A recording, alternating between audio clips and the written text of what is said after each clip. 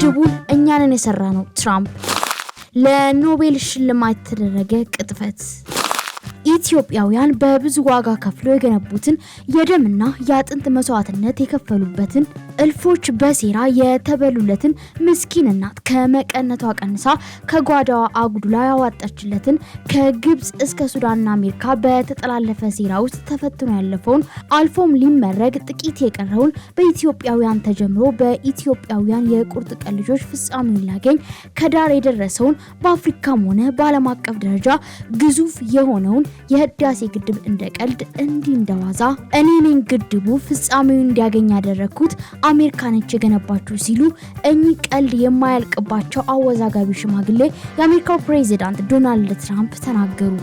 ይህ ታላቅ ውርደት ነው። ለምን ይሄን ማለት ፈለጉ? ምን አይነት ፖለቲካዊ ጥቅም ለማግኘት አስበው ነው እንዲህ የተናገሩት? ዝርዝር መረጃውን በትንታኔያችን የምንመለከት ይሆናል።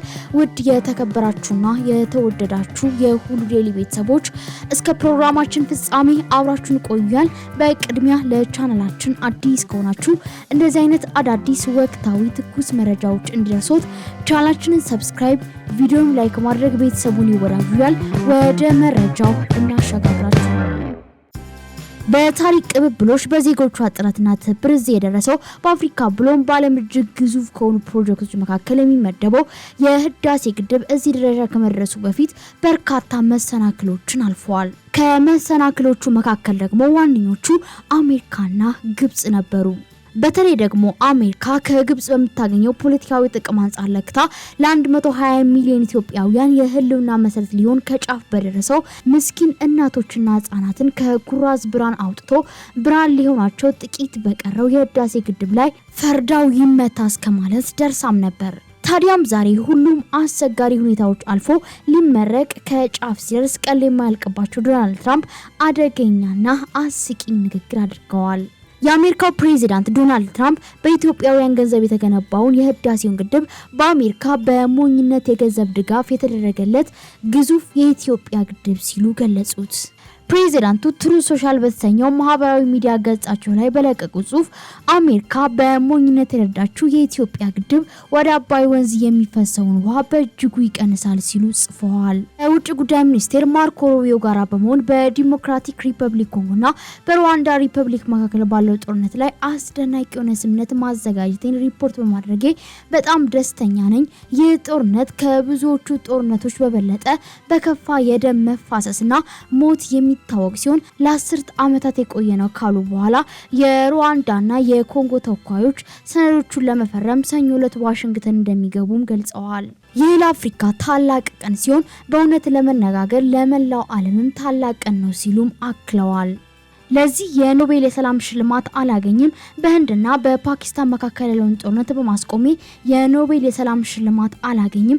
በሰርቢያና በኮሶቮ መካከል ያለውን ጦርነት በማስቆሜ የኖቤል የሰላም ሽልማት አላገኝም። በግብጽና በኢትዮጵያ መካከል ሰላምን በማስፈኔ የኖቤል የሰላም ሽልማት አላገኝም ያሉት ትራምፕ በቅንፍ ውስጥ በአሜሪካ በሞኝነት የገንዘብ ድጋፍ የተደረገለት ግዙፍ የኢትዮጵያ ህዳሴ ግድብ ወደ አባይ ወንዝ የሚፈሰውን ውሃ በእጅጉ ይቀንሳል ሲሉ ጽሁፋቸውን አስቀምጠዋል።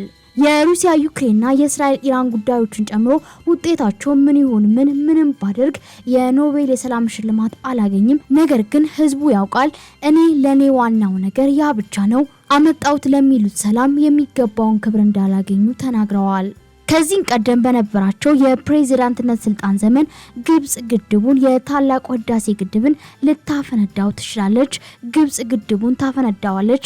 ኢትዮጵያ ስምምነት ላይ እንድትደርስ ቢሞክርም ጥላው ወጣለች። በዚህ ምክንያት ብዙ እርዳታ አቋርጬባቸዋለሁ ሲሉ የነበሩት የአሜሪካው ፕሬዚዳንት ዶናልድ ትራምፕ አሁን ደግሞ ግድቡ ሊመረቅ ሲቃረብ ግድቡን ፋይናንስ ያደረግነው እኛንን ማለት ጀምረዋል። ትራምፕ ለመጀመሪያ ጊዜ ፕሬዚዳንት ሆኖ አሜሪካን በመሩበት የስልጣን ጊዜ በህዳሴ ግድብ ጉዳይ ኢትዮጵያና ግብጽ ስምምነት ላይ እንዲደርሱ አድርጌ ነበር።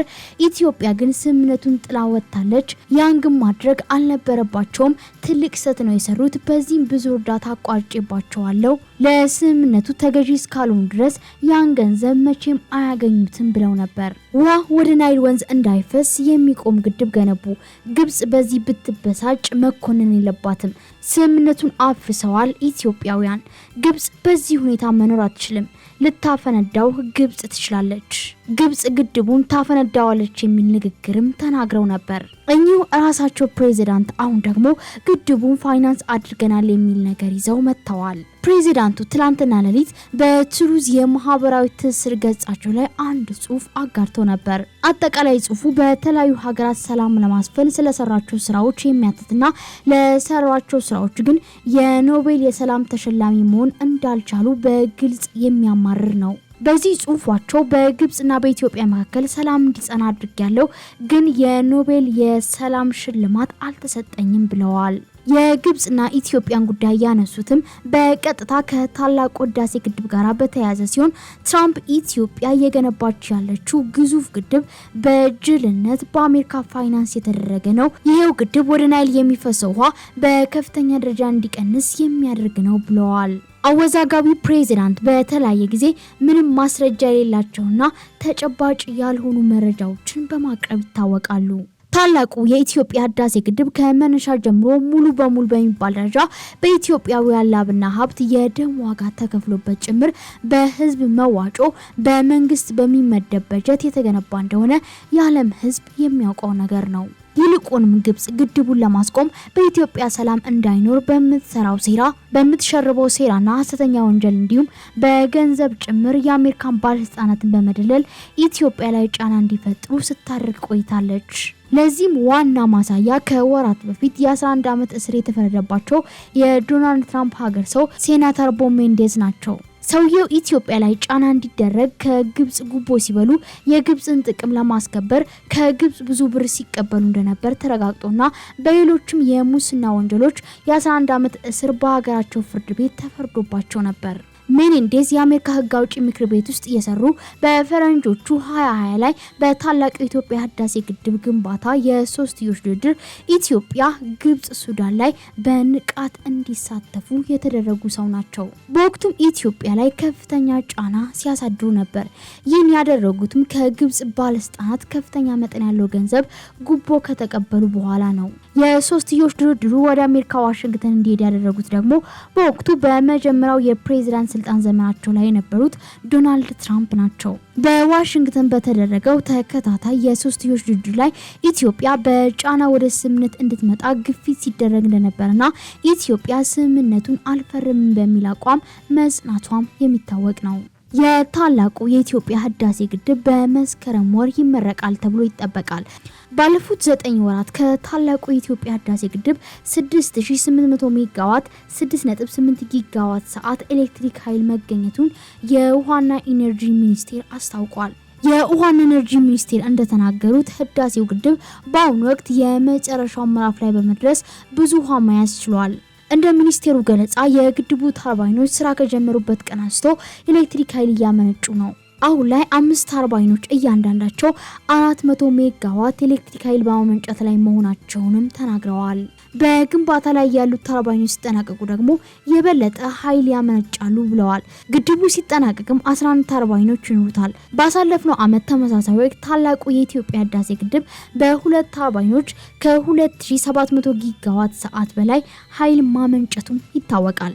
በ2016 10 ወራት ውስጥ በአጠቃላይ ከመነጨው የ16900 ጊጋዋት ሰዓት ኤሌክትሪክ ኃይል ውስጥም ታላቁ የኢትዮጵያ ህዳሴ ግድብ 17 በመቶ ድርሻ እንዳለውም ተጠቅሷል። በወቅቱ የግድቡ 2 ተርባይኖች እያንዳንዳቸው 375 ሜጋዋት ማመንጨት የቻሉ ሲሆን የሚተከሉት ቀሪ 11 ዩኒቶች ኃይል ማምረት ሲጀምሩ እንደ ሀገር ያለውን የማመንጨት አቅም 83 በመቶ ያሳድገዋል።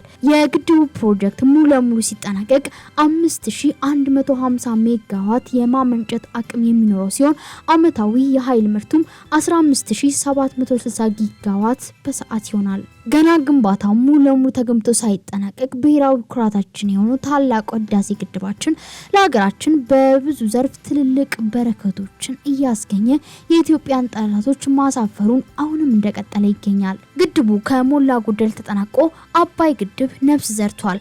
አካባቢውን ቢሆን የማይታመን አስደማሚ ገጽታን ተላብሷል። ይህ ገና ከጅምሩ ኢትዮጵያን በቢሊዮን ዶላሮች እያንበሸበሻት የሚገኘው ግድባችን የዓለም ህዝብ አይኑን እኛ ላይ እንዲጥልም አድርጎታል። ይሁን እንጂ አሁን ደግሞ ግድቡ በመጠናቀቅ ላይ በመሆኑ የአሜሪካው ፕሬዚዳንት ዶናልድ ትራምፕ ግድቡን የገነባ ነው እኛ ነን ብለዋል። ውድ የተከበራችሁ የሁሉ ዴይሊ ቤተሰቦች የዛሬው ዝግጅታችን ይሄን ይመስል ነበር። ባረስናችሁ መረጃ እንደ ተደስታችሁበትና ጠቃሚ መረጃ እንዳገኛችሁበት ተስፋ እናደርጋለን። የዛሬውን አበቃን። በቀጣይ ለእናንተ የሚያስገርሙ የሚያዝናኑና የሚያስተምሩ እንዲሁም ደግሞ እናንተን ይጠቅማሉ ብለን የምናስባቸው መረጃዎች ይዘን እንቀርባለን። ቪዲዮ ላይክ፣ ቻናሉን ሰብስክራይብ በማድረግ የደውል ምልክቱን መጫኖን እንዳይረሱ። በቀጣይ ቪዲዮ እስከምንገናኝ ሰላም ለሀገራችን ይሁን።